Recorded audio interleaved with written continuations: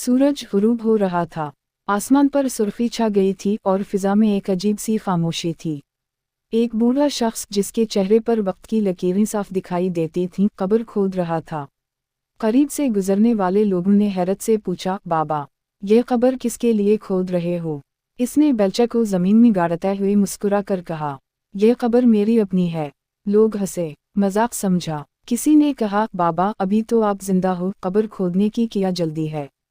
इसने कहा, जिंदा हूँ तभी तो खोद रहा हूँ, मुर्दा हो गया तो खोदूंगा कैसे?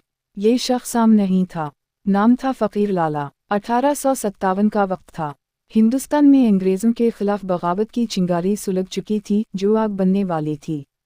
फ़कीर लाला ना कोई सिपाही था, ना आलम। एक छोटी सी मस्जिद में सफाई करता, चुपचाप नमाज पढ़ता और लोगों से कम ही बात करता। लेकिन उसी के हाथों में अंग्रेज़ों की बर्बादी का बीज बोया जा रहा था।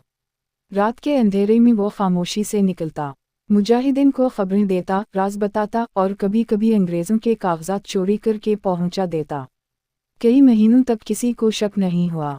फिर एक दिन एक नौजवान जिसने अंग्रेज़ों से दोस्ती कर ली थी, लालच में आकर फ़कीर लाला का राज खोल बैठा। अंग्रेज़ आए, फ़कीर लाला को मस्जिद से उठाया, जंजीरों में बांधा, मारा, पीटा और सिर्फ एक सवाल करते रहे, किसके लिए काम करता है?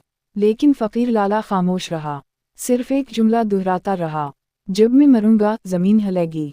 कई दिन बाद जख्मी और नीम मुर्दा हालत में इसे गांव वापस फेंक दिया गया ताकि लोग अबरत पकड़ें। लेकिन उसने हार ना मानी। उसी दिन से रोज़ कब्र खोदता, उसी में बैठकर कुरान पढ़ता और मुस्कुरा कर कहता, मौत तो आनी है पर बुज़दिली के साथ नहीं।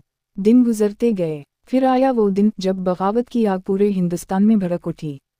नौजवानों ने हथियार उठाए और फ़कीर लाला की कब्र एक अलामत बन गई, गैरत की कुर्बानी की। जंग शुरू हुई, फ़कीर लाला जख्मी हुआ, खून में लथपथ इसकी सांसें टूटने लगीं, लेकिन मरने से पहले आखिरी बार अपनी कब्र में जाकर लेटा, मुस्कुरा कर आसमान की तरफ देखा और कहा, जो जिंदा होते हुए मौत से ना डरे वही हकीकत में जीता है। वो दुनिया से चला गया, लेकिन इसके अल्फाज आज भी हवाओं में सुनाई देते हैं। हमने आज़ादी हासिल की, लेकिन सवाल ये है, क्या हम वाकई आज़ाद हैं? क्या हमारे अंदर वही गैरत, वही जज्बा, वही कुर्बानी बाकी है? अगर ये कहानी तुम्हारे दिल को छू गई हो, तो उसे सिर्फ सुनकर ना गुजर जाना। याद रखना,